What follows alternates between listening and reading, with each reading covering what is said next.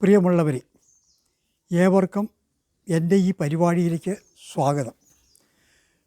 ഇന്നത്തെ വിഷയം സാംസ്കാരിക അധപതനം എന്നതിനെക്കുറിച്ചാണ്. വിദ്യാസമ്പന്നരുടെ നാട്, സംസ്കാരസമ്പന്നരായ ജനത, സഹവർത്തിത്വം, സാഹോദര്യം, സഹിഷ്ണുത എന്നിവയിൽ അധിഷ്ഠിതമായ സുന്ദര കേരളം എന്നൊക്കെയാണ് നമ്മുടെ ഈ മലയാളക്കരയെ വിശേഷിപ്പിച്ചിരുന്നത്. അങ്ങനെയുള്ള നാട് ഇന്ന് സാംസ്കാരിക അധപതനത്തിൻ്റെ പടുകുഴിയിലേക്ക് കൂപ്പുകുത്തുന്ന കാഴ്ചയാണ് നാം ദൈനംദിനം കണ്ടുകൊണ്ടിരിക്കുന്നത്.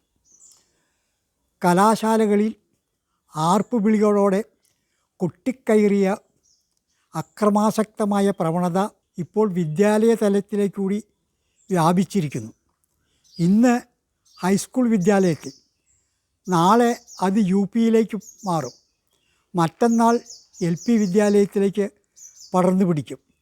ഇങ്ങനെ ചെയ്യില്ല എന്നതിന് യാതൊരു ഉറപ്പും ആർക്കും നൽകാനാവില്ല. ആ സ്ഥിതിവിശേഷമാണിന്ന്. എവിടെയും അക്രമങ്ങൾ തന്നെ. ഒപ്പം പഠിക്കുന്ന സഹപാഠിയെ നിർദ്ദയം കുത്തിക്കൊല്ലുക, കുറച്ച് സംഘം ചേർന്ന് ഒരു കുട്ടിയുടെ തലയോട്ടി അടിച്ചു പൊളിച്ച് വകവരുത്തുക, മറ്റൊരുത്തനെ വളഞ്ഞ് ചക്രവ്യൂഹത്തിലാക്കി തച്ചു കൊല്ലുക, ഇങ്ങനെയുള്ള നികൃഷ്ടമായ പരിപാടികൾ ഒരു വശത്ത് നടക്കുമ്പോൾ മറുവശത്ത് 11 വയസ്സ് പ്രായമായ പെൺകുട്ടി അതേ വിദ്യാലയത്തിൽ പഠിക്കുന്ന ആൺസുഹൃത്തിൽ നിന്നും ഗർഭം ധരിക്കുക, പ്രണയ അഭ്യർത്ഥന നിരസിച്ചു എന്ന പേരിൽ പെൺകുട്ടിയെ നിർദ്ദയം കുത്തിക്കൊല്ലുക. അതങ്ങനെ.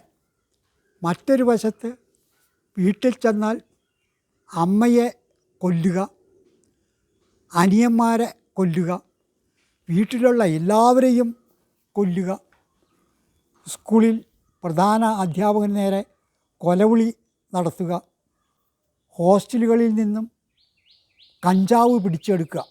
ഇതൊക്കെ നമ്മൾ ദൈനംദിനം കണ്ടുകൊണ്ടിരിക്കുന്നതും കേട്ടുകൊണ്ടിരിക്കുന്നത് വാർത്തകളാണ്. അതോ ഒരു കോളേജ് ഹോസ്റ്റലിൽ നിന്ന് പിടിച്ചെടുത്തത് 2 കിലോ കഞ്ചാവാണത്രേ. അതിന് ന്യായീകരണം എന്താണെന്ന് വെച്ചാൽ ഹോളി ആഘോഷിക്കാൻ വേണ്ടിയിട്ടാണ്. ഒരു കോളേജ് ഹോസ്റ്റൽ അല്ലെങ്കിൽ കോളേജിൽ തന്നെ ഹോളി ആഘോഷിക്കുകയാണെങ്കിൽ എത്ര കുട്ടികൾ വരും? 2 കിലോ കഞ്ചാവ് എന്ന് പറഞ്ഞാൽ ഇത്ര ഉണ്ടാവും. അത് എത്രയോ ആൾക്കാർക്ക് എത്തിക്കുന്നുണ്ട്. അപ്പോൾ ഉദ്ദേശം അതായിരുന്നില്ല, അവിടെ വിൽപ്പനയായിരുന്നു. അത് നേരത്തെ തുടങ്ങിയിട്ടുണ്ട്, ഇനിയും തുടങ്ങാനായിരുന്നു അവരുടെ ഉദ്ദേശം. അത് പോലീസ് പിടിച്ചപ്പോൾ ഇവിടെ നാട് ഭരിക്കുന്ന മന്ത്രിമാരും MLA-മാരും പരസ്പരം ചെളിവാരി എറിഞ്ഞ് രസിക്കുകയായിരുന്നു. എന്നാൽ ഇത് നിർമ്മാർജ്ജനം ചെയ്യാനുള്ള പോംവഴിയെക്കുറിച്ചല്ല അവർ പറയുന്നത്. ഓരോരുത്തരും തങ്ങളുടെ യൂണിയൻ മെച്ചപ്പെട്ടാണെന്ന് വരുത്താൻ വേണ്ടി ചെളിവാരി എറിഞ്ഞ് കോലാഹലങ്ങൾ ഉണ്ടാക്കുകയായിരുന്നു. ഈ നാട് ഭരിക്കാൻ വേണ്ടിയിട്ടാണ് ജനങ്ങൾ അവരെ വോട്ട് നൽകി അവിടെ എത്തിച്ചത്. എന്നിട്ട് അവർ ചെയ്യുന്നത് അക്രമങ്ങളാണ്. ഈ കുട്ടികളെന്ന് പറഞ്ഞാൽ രക്ഷകർത്താക്കളുടെ മാത്രം സന്തതികളല്ല, ഈ നാടിൻ്റെ സന്തതികളാണ്. ഇനി വരുംകാല തലമുറയെക്കുറിച്ച് ചിന്തിക്കേണ്ടതാണ്. വേറെ ആരും ചിന്തിച്ചില്ലെങ്കിലും ഭരണകർത്താക്കളെ ചിന്തിക്കണം. അവരിതിന് കൂട്ടുനിന്ന് കോലാഹലങ്ങൾ സൃഷ്ടിക്കണം. ആർക്കാണ് നാവിൻ്റെ നീളം കൂടുതലെന്ന് അവർ തെളിയിക്കണം. എനിക്ക് ഇവരോട് പറയാനുള്ളത് ഒരു കാര്യമാണ്. പ്രിയപ്പെട്ട സുഹൃത്തുക്കളെ, നിങ്ങൾ ജനങ്ങളുടെ വോട്ട് വാങ്ങി അവിടെ പോയിരിക്കുന്നത് ചെളിവാരി എറിഞ്ഞ് കളിക്കാനല്ല, ഈ നാടിൻ്റെ ക്ഷേമകാര്യങ്ങൾ നോക്കുവാനാണ്, ജനങ്ങളുടെ ക്ഷേമകാര്യങ്ങൾ നോക്കുവാനാണ്. നിങ്ങളുടെ എല്ലാം മുൻഗാമികൾ, നിങ്ങളുടെ എല്ലാ പാർട്ടിയിൽപ്പെട്ട മുൻഗാമികൾ ഇരുന്ന് ശോഭിച്ചിട്ടുള്ള സ്ഥാനത്താണ് നിങ്ങളെല്ലാവരും ഇരിക്കുന്നത്. അവരത്ര നല്ലവരായിരുന്നു. ആ സ്ഥാനത്തെ വെടക്കാക്കി നാറ്റിക്കരുത് എന്നേ എനിക്ക് നിങ്ങളോട് പറയുവാനുള്ളൂ. പിന്നെ ഈ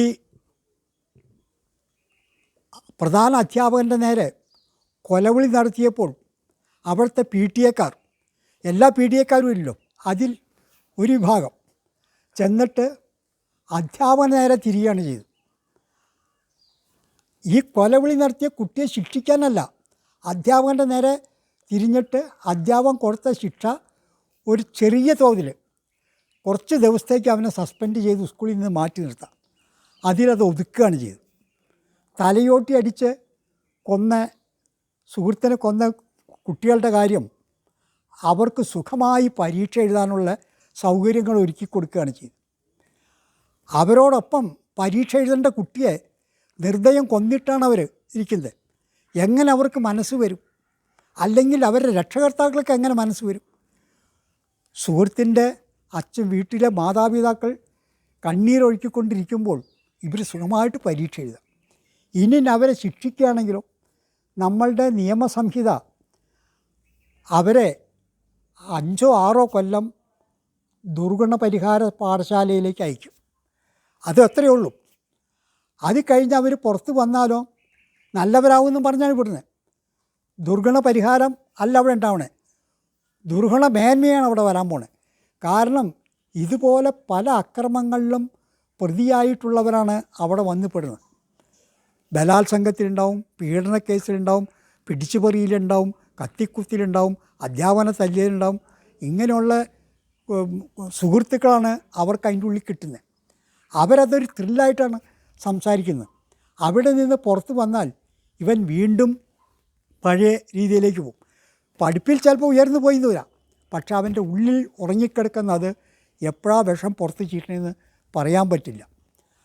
അതുകൊണ്ട് ഇങ്ങനെയുള്ളവർക്ക് കഠിനമായ ശിക്ഷ കൊടുക്കണമെന്നാണ് എനിക്ക് പറയുവാനുള്ളത്. അത് അവരെ ആജീവനാന്തം ജയിലിലടയ്ക്കണമെന്ന് ഞാൻ പറയുന്നില്ല, അല്ലെങ്കിൽ അവരെ മരണശിക്ഷയ്ക്ക് വിധിക്കണമെന്ന് പറയുന്നില്ല. അവർക്ക് കൊടുക്കാവുന്ന ഏറ്റവും നല്ല ശിക്ഷ അവരുടെ സർട്ടിഫിക്കറ്റ് എല്ലാം റദ്ദ് ചെയ്യുക. അങ്ങനെ ഒരു നിയമം ഇല്ല, പക്ഷേ നിയമം ഉണ്ടാക്കിയേ പറ്റൂ. അത് ഇവിടുത്തെ രാഷ്ട്രീയക്കാരെല്ലാവരും അതിന് ശ്രമിക്കുക. അതിന് ശ്രമിച്ച് ഇവിടെ ബലാത്സംഗത്തിന് മരണശിക്ഷ ഉണ്ടായിരുന്നില്ല. ഇപ്പം നമ്മളെ ഭരണഘടനയിൽ എഴുതി ചേർത്തു. വാഹനം ഇടിച്ചു കൊന്ന ഡ്രൈവറുടെ ലൈസൻസ് റദ്ദാക്കുന്ന മുമ്പുണ്ടായിരുന്നില്ല, ഇപ്പോൾ അത് വന്നു ചേർന്നു. അതുപോലെ ഇങ്ങനെ അക്രമങ്ങളിൽ പെട്ടുന്ന കുട്ടികളുടെ സർട്ടിഫിക്കറ്റുകൾ റദ്ദാക്കുക. അവരിവരെ പഠിക്കണ്ട, അവർ തേനാപാനം ഇങ്ങനെ നടക്കട്ടെ. അപ്പോഴാണ് അവർ പഠിക്കില്ല, അവരുടെ അച്ഛനും അമ്മയും മനസ്സിലാക്കും. അവരുടെ പിടിപ്പ് ദോഷം കൊണ്ടാണ് ഈ മകൻ ഇങ്ങനെ വഷളായത്. തീർച്ചയായിട്ടും ഇതിൻ്റെ രക്ഷകർത്താക്കളെ തന്നെ കുറ്റം പറയണ്ട്. അവർ നേരത്തെ ശ്രദ്ധിച്ചായിരുന്നെങ്കിൽ ഇങ്ങനെയുള്ളൊരു അന്തരീക്ഷം വരില്ലായിരുന്നു. കുട്ടികൾ സ്കൂളിലേക്ക് പോയി കഴിഞ്ഞാൽ വരാൻ വൈകിക്കഴിഞ്ഞ ഒരു നിശ്ചിത സമയത്തിനുള്ളിൽ വീട്ടിലെല്ലാ കുട്ടികളെത്തും. കണ്ടില്ലെങ്കിൽ അന്വേഷിക്കണം. അവൻ വീട്ടിൽ വന്നാൽ നല്ല പുളിയുടെ വടി വെട്ടിട്ട് അവൻ്റെ തുടയ്ക്ക് കീഴ്പോട്ട് അടിക്കണം, അടിച്ച് തോല് പൊളിയണം. ആ അടിയുടെ ചൂടിനെ അവന് പേടിയുണ്ടാവുള്ളൂ, പിന്നെ അവനത് ചെയ്യില്ല. ഇവരെല്ലാവരും നമ്മളൊക്കെ അങ്ങനെ വളർന്നതാണ്. പണ്ടൊക്കെ സ്കൂളിൽ ചെന്നാൽ അധ്യാപകർ ശാസിക്കുമായിരുന്നു, തല്ലുമായിരുന്നു. അവർ ഒരു കാര്യത്തിനല്ല, പഠിക്കാണ്ട് വന്നാൽ അന്നന്ന് വീട്ടിലെ രക്ഷകർത്താക്കൾ പഠിക്കാൻ പറയില്ല, അതിൻ്റെ ആവശ്യമില്ല. വൈകുന്നേരമായാൽ നമ്മളുടെ ഡ്യൂട്ടി കഴിഞ്ഞ് ഹോംവർക്ക് ചെയ്യേണ്ടി ചെയ്യും, പഠിക്കും. പദ്യങ്ങളാണെങ്കിൽ കാണാണ്ട് പഠിക്കും, ഗുണനപ്പട്ടിക പഠിക്കും. പിറ്റേ ദിവസം ക്ലാസ്സിൽ ചെന്നാൽ എന്താ, ഈ പദ്യങ്ങൾ ചെല്ലാൻ പറയും. തെറ്റിക്കഴിഞ്ഞാൽ കൈ നീട്ടിട്ട് ചൂരൽ പ്രഹരമാണ് അവിടെ വയ്ക്കുന്നത്. അവിടെ ആരുടെ മുഖം നോക്കില്ല. ക്ലാസ്സിൽ ഏറ്റവും നല്ലവനായാലും അവൻ ഒരു പദ്യം ചെല്ലിയില്ലെങ്കിൽ കയ്യിലടി കിട്ടും, ഒരു ഔദാര്യം കാണിക്കില്ല. അതുപോലെ തന്നെ ക്ലാസ് കട്ട് ചെയ്ത് പോയാൽ പിറ്റേ ദിവസം വരുമ്പോൾ അധ്യാപകൻ തിരക്കും, കട്ട് ചെയ്ത് പോയതിൻ്റെ ഉള്ളം കയ്യിൽ അടി കൊടുക്കും. ഒരു ദിവസം വന്നില്ലെങ്കിൽ പിറ്റേ ദിവസം ചോദിക്കും, രക്ഷകർത്താവിൻ്റെ കത്ത് വാങ്ങിച്ചുകൊണ്ടിരാൻ പറയും. എന്താ ആ കുട്ടി എവിടെ പോയെന്ന് അറിയണ്ടേ? അതേപോലെ ക്ലാസ് കട്ട് ചെയ്ത് അവൻ എവിടെ പോയെന്ന് അറിയണ്ടേ? അപ്പോൾ അന്ന് വളരെ നല്ല രീതിയിലായിരുന്നു പോയത്. കുട്ടിയെ സ്കൂളിൽ തല്ലിയാൽ ഒരു രക്ഷകർത്താവും അന്ന് അന്വേഷിക്കാൻ ചെല്ലില്ല, ഒരു രാഷ്ട്രീയ പാർട്ടിയും കിടക്കില്ല.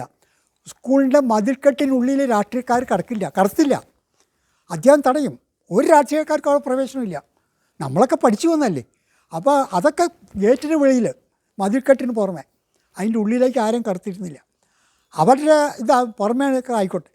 അപ്പോൾ അന്ന് വളരെ മാനവും മര്യാദയായിട്ടാണ് ആ കുട്ടികളൊക്കെ വന്നത്. അന്ന് ഈ പ്രശ്നങ്ങളൊന്നും ഉണ്ടായിരുന്നില്ല. ഇപ്പം അതിന് ചില ന്യായങ്ങൾ ഈ ചർച്ചകളിലൊക്കെ പറയുന്നത് എന്താ, കാരണം സിനിമ കൊണ്ടാണ് ഈ കുട്ടികൾ വഷളാവുന്നത്, സീരിയൽ കൊണ്ടാണ് വഷളാവുന്നത് എന്നൊക്കെയാണ് ഈ ന്യായീകരണങ്ങൾ കാണുന്നത്. സുഹൃത്തുക്കളെ, ഈ സിനിമകളൊക്കെ പണ്ടേ ഉണ്ടായിരുന്നു. ക്രൈം സിനിമകളൊക്കെ പണ്ട് കാലത്തേ ഉണ്ടായിരുന്നു. അതേപോലെ തന്നെ ഇന്നത്തെക്കാളും കൂടുതലായിരുന്നു അന്ന് സാഹിത്യത്തിൽ ക്രൈം ഡിറ്റക്റ്റീവ് നോവലുകൾ ധാരാളം ഇറങ്ങിയിരുന്നു. ഇതിന് ഒരു ശാഖ തന്നെയുണ്ട്. അത് അന്നും ധാരാളം ഇറങ്ങി, ഇന്ന കുറവ്. അന്ന് കുട്ടികൾ ഇതൊക്കെ ധാരാളം വായിക്കും. മാധ്യമങ്ങളിൽ കണ്ണശയായിട്ട് വന്നിരുന്നു. ഇതൊക്കെ വായിക്കുന്ന കുട്ടികളന്നുണ്ടായിരുന്നു. പക്ഷെ ആരും വഴി തെറ്റിപ്പോയിട്ടില്ല. അതിനകത്ത് വായിക്കും. ഞങ്ങൾ കഥ സ്കൂളിൽ വരുമ്പോൾ കഥകളൊക്കെ പറയും. അത് ഇൻട്രസ്റ്റ് ഉള്ളവരത് വായിക്കും, അല്ലാത്തവൻ വായിക്കില്ല. ചിലർ അത് മാത്രമേ വായിക്കുന്ന കുട്ടികളുണ്ടായിരുന്നു. അവരൊക്കെ നല്ല നിലയിൽ പോയിട്ടുണ്ട്. അപ്പോൾ വായന കൊണ്ടോ സിനിമ കൊണ്ടോ നാടകം കൊണ്ടോ ആരും ചീത്തയാവില്ല. നാടകങ്ങളും അന്ന് ഇതുപോലെ ഉണ്ടായിരുന്നു. അന്നും ക്രൈം നാടകങ്ങളുണ്ടായിരുന്നു, ക്രൈം സിനിമകളൊക്കെ ഉണ്ടായിരുന്നു. അപ്പോൾ ഇപ്പോൾ ഇത് പുത്തരിയല്ല. ഇതെന്താണെന്ന് വെച്ച് കഴിഞ്ഞാൽ, പണ്ടേ ഒരു പഴഞ്ചൊല്ലുണ്ട്, മുഖം ചീത്തയായാൽ കണ്ണാടിയെ പഴിക്കാമെന്ന്. കണ്ണാടി എന്ത് പഴിച്ചു? നമ്മുടെ മുഖത്തുള്ളതിൽ കാണുന്നുള്ളൂ. അപ്പോൾ അതുപോലെയാണിത്. അവനവൻ്റെ കുട്ടികൾ ചീത്തയായാൽ അത് വേറെ ആരെങ്കിലും പേരിൽ അങ്ങോട്ട് ചാരി വയ്ക്കാം. അപ്പോൾ ഈ സിനിമയും നാടകവും പുസ്തകങ്ങളൊക്കെയാണ് പിള്ളേരെ വഷളാക്കുന്നത്. അതല്ല, അവരുടെ രക്ഷകർത്താക്കൾ തന്നെയാണ് അവരെ വഷളാക്കുന്നത്. അവർ വരുമ്പോൾ ഈ പറഞ്ഞ പോലത്തെ ചോദിക്കുക, അല്ലെങ്കിൽ സ്കൂളിൽ അധ്യാപകർക്ക് അതിനുള്ള പെർമിഷൻ. അവർ തല്ലുന്ന എന്തിനാ? അവർക്ക് വല്ല ഇതുണ്ടോ? ഇങ്ങനെ വന്ന് കുട്ടികളെ തല്ലിക്കൊണ്ടുവന്ന് കുട്ടികൾ നന്നാവാൻ വേണ്ടിയിട്ടാണ് അവർ ചെയ്യുന്നത്. അത് നമ്മൾ ചിന്തിക്കുക. നമ്മുടെ കുട്ടികൾ നന്നാവാൻ വേണ്ടിയിട്ടാണ് അവർ തല്ലുന്നത്, അതേപോലെ ക്ലാസ്സിന് വെളിയിൽ നിർത്തുന്നത് എന്നൊക്കെ ചെയ്യാം. അത് ചിന്തിക്കണം. അതുപോലെ തന്നെ ഇവർ കൂട്ടായിട്ട് പറയുക. പി ടി എക്കാർ അതാണ് ചെയ്യേണ്ടത്. പി ടി എ വച്ചേക്കണേ എന്തിനാ? പണ്ടൊന്നും പി ടി എ ഉണ്ടായിരുന്നില്ല. ആരുമില്ലായിരുന്നു. രക്ഷകർത്താക്കൾ സ്കൂളിലേക്ക് പോകേണ്ട ആവശ്യമില്ല.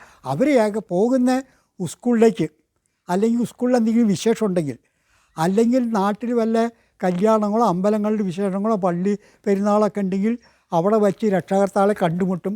അപ്പോൾ ചോദിക്കും, മകൻ്റെ കാര്യങ്ങളൊക്കെ ചോദിക്കും. അത്രയേ ഉള്ളൂ. അല്ലാണ്ട് ദൈനംദിന ഇതിപ്പോൾ പി ടി എ മീറ്റിംഗ് ഇത് പി ടി എക്കാരാണെങ്കിലോ സ്കൂൾ ഭരിക്കണേ എന്നുള്ള മട്ടാണ്.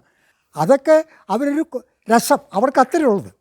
അവരെന്താണെന്ന് വെച്ചാൽ എനിക്ക് ഭരിക്കണം, എന്താണെന്ന് വെച്ചാൽ അധികാരം കിട്ടി എന്നുള്ള മട്ടിലാണ് ഇന്ന് പെരുമാറുന്നത്. അതല്ല, നമ്മൾ അധ്യാപകരും പി ടി എക്കാരും സൗഹൃദമായിട്ടിരുന്ന് സംസാരിച്ച് കുട്ടികളുടെ ഭാവിയെ പറ്റിയാണ് ചിന്തിക്കേണ്ടത്. അതിന് ഏതൊക്കെ വഴികൾ നോക്കണം, അത് അധ്യാപകരോടും ചോദിക്കുക. അധ്യാപകർ രക്ഷാകർത്താക്കളോടും പറയാം, ഇന്നൊക്കെ നിങ്ങൾ ശ്രദ്ധിക്കണം, ഇവിടെ സ്കൂളിൽ വന്നിങ്ങനെ ഞങ്ങൾ ശ്രദ്ധിച്ചോളാം. അങ്ങനെയൊക്കെ പറഞ്ഞ് ഒരു നല്ല സംവിധാനം കൊണ്ടുവന്നില്ലെങ്കിൽ നമ്മുടെ ഈ നാട് വളരെയധികം മോശമായി തീരും. പുതിയ തലമുറ എന്ന് പറഞ്ഞാൽ കഞ്ചാവിനടിമയാവും, രാസലഹരിക്കും. ഇന്ന് കഞ്ചാവും രാസലഹരിയുണ്ട്. നാളെ നിങ്ങൾ നോക്കിയോളൂ, ഈ സ്കൂളിൻ്റെ ഉമ്മർത്ത് കാണുന്ന പെട്ടിക്കടകളിലടക്കം ലഹരി പദാർത്ഥങ്ങൾ കഴിഞ്ഞാൽ മിഠായികളെ വരാൻ പോകുന്നത്. ഈ 2ലും 3ലും പഠിക്കുന്ന കുട്ടികൾ ഇത് വാങ്ങിച്ച് കഴിക്കുകയാണ്. അങ്ങനെ അവർ അഡിക്റ്റാക്കാണ്. വൻകിട കുത്തക കമ്പനിക്കാർ, ഇവിടെ കുത്തക കമ്പനിക്കാർക്കൊക്കെ നേരെ നിങ്ങൾ സമരങ്ങളൊക്കെ സംഘടിപ്പിക്കുന്നുണ്ടല്ലോ. ഇതൊക്കെ തടയണമല്ലോ നോക്കണം. എല്ലാവരും കോലാഹലം ഉണ്ടാകുന്നുണ്ട്. വൻപൻ കമ്പനികൾക്ക് അങ്ങനെ ചെയ്യണം ഇങ്ങനെ ചെയ്യണമെന്ന് പറഞ്ഞതും മുതലാളിമാരെ മൂരാച്ചികൾ മറ്റൊക്കെ പറഞ്ഞ് നമ്മൾ. അതുപോലെ അവർക്ക് പണമാണ് വലുത്. അവർക്ക് ആരാൻ്റെ കുട്ടികൾ പോയാലും അവർക്ക് ഈ നാട് നശിച്ചാലും അവർക്ക് അവരുടെ ബിസിനസ് നന്നാക്കണമെന്നേ അവർക്കുള്ളൂ. അപ്പോൾ ഈ മിഠായികളിൽ വരും, പല വിധത്തിലുള്ള ഇതുണ്ടാവും, മധുരപാനീയങ്ങളിൽ വരും, ഈ ജ്യൂസിനകത്തൊക്കെ കലർന്ന് കൊടുത്തുനിന്ന് വരും. അപ്പോൾ അതുകൊണ്ട് നമ്മൾ അത് വളരെയധികം ശ്രദ്ധിക്കണം. ഇതിങ്ങനെ പോകാൻ ഇടവരുത്. മുളയിൽ തന്നെ അപ്പോൾ മുളയൊക്കെ കഴിഞ്ഞു പോയി, അത് മുളയിലേ നുള്ളിക്കളയണ്ടായിരുന്നു. അത് നമ്മളുടെ രക്ഷകർത്താക്കളുടെ തെറ്റ് തന്നെയാണ്. ഇവിടെ എന്താ ചുംബന മത്സരം, ആലിംഗന മത്സരം, വാലൻ്റൈൻ ഡേ, എന്തൊക്കെ തോന്നിവാസങ്ങളുണ്ടോ അതൊക്കെ അവിടെ കൊട്ടിക്കോഷിച്ച് ആഘോഷിക്കുകയാണ്. നല്ല രീതിയിൽ സാംസ്കാരികപരമായിട്ടുള്ള ഒരു പരിപാടിക്കും പ്രാധാന്യം കൊടുക്കുന്നില്ല. പണ്ടൊക്കെ നാട്ടിലൊരു വായനശാല, അതിനൊരു സാംസ്കാരിക സമ്മേളനം, അല്ലെങ്കിൽ വേറെ എന്തെങ്കിലും പരിപാടികൾ, ഇതൊക്കെ ഉണ്ടായിരുന്നു. ഇന്നതല്ല. ഇന്ന് അങ്ങനെ ഇട്ട് കഴിഞ്ഞാൽ ഒരു ചുംബന മത്സരം വയ്ക്കാം, അല്ലെങ്കിൽ ആലിംഗ മത്സരം വയ്ക്കാം, അല്ലെങ്കിൽ വാലൻ്റൈൻ്റെ കത്തെഴുതി പഠിക്കട്ടെ കുട്ടികൾ, ലവ് ലെറ്റർ ആദ്യം എഴുതി പഠിക്കട്ടെ, ആദ്യം ലവ് ലെറ്റർ എഴുതി പഠിക്കട്ടെ എന്നും പറഞ്ഞാൽ അങ്ങനെയൊക്കെയാണ്. ഇതിനെ കൂട്ട് രക്ഷിതാക്കളും അവർ ഈ കുട്ടികളെ ഇങ്ങനെ അഴിച്ചു വിട്ടിട്ടാണ് ഇന്ന് നമുക്ക് ഇതായേക്കണേ. പിടിച്ചാൽ കിട്ടാണ്ടായിട്ടില്ല പൂർണ്ണമായിട്ട്. നമ്മളിപ്പോഴേ പരിശ്രമിച്ചു കഴിഞ്ഞാൽ ഇനിയും നല്ലൊരു ജനതയെ നമുക്ക് വളർത്തിക്കൊണ്ടുവരാൻ സാധിക്കും. അത് എല്ലാ രക്ഷകർത്താക്കളും രാഷ്ട്രീയക്കാരും ഇത് മനസ്സിലാക്കുക. ഈ കാര്യത്തിൽ രാഷ്ട്രീയം നോക്കരുത്. ഏത് യൂണിയനിൽ പെട്ടായാലും ഓരോ പാർട്ടിക്കാരും വയ്ക്കുക. എൻ്റെ യൂണിയനായാലും പണ്ട് പറയില്ല, പുകഞ്ഞ കൊള്ളി പുറത്ത്, അല്ലെങ്കിൽ അളിഞ്ഞാടും ചെത്തിക്കളയാണ്. നമ്മൾ മാമ്പഴം എടുത്തു കഴിഞ്ഞാൽ അളിഞ്ഞ ഭാഗം കടി ചെത്തിക്കളയാണ്. അതുപോലെ അങ്ങനെയുള്ളവൻ പോട്ടെ, അവൻ നമ്മുടെ യൂണിയന് വേണ്ട എന്ന് എല്ലാ പാർട്ടികളും വിചാരിക്കട്ടെ. ഇത് എന്താ, അവൻ കളഞ്ഞ ഇവനെടുക്കാൻ നോക്കണം. അവൻ പോയാൽ നമുക്ക് അവനെടുക്കാം. അത് പാടില്ല. അങ്ങനെയുള്ളവരെ നമ്മൾ അകറ്റി നിർത്താം. അങ്ങനെയൊക്കെ ആയാലേ നമ്മളിവിടെ രക്ഷപ്പെടുകയുള്ളൂ. അതുകൊണ്ട് എല്ലാവരും ഒരു മനസ്സ് വച്ച് മുന്നോട്ട് പോകണമെന്ന് അഭ്യർത്ഥനയോടെ ഞാൻ ഈ വീഡിയോ അവസാനിപ്പിക്കുന്നു. ഇത് കേട്ടുകൊണ്ടിരുന്ന ഏവർക്കും നന്ദി, നമസ്തേ.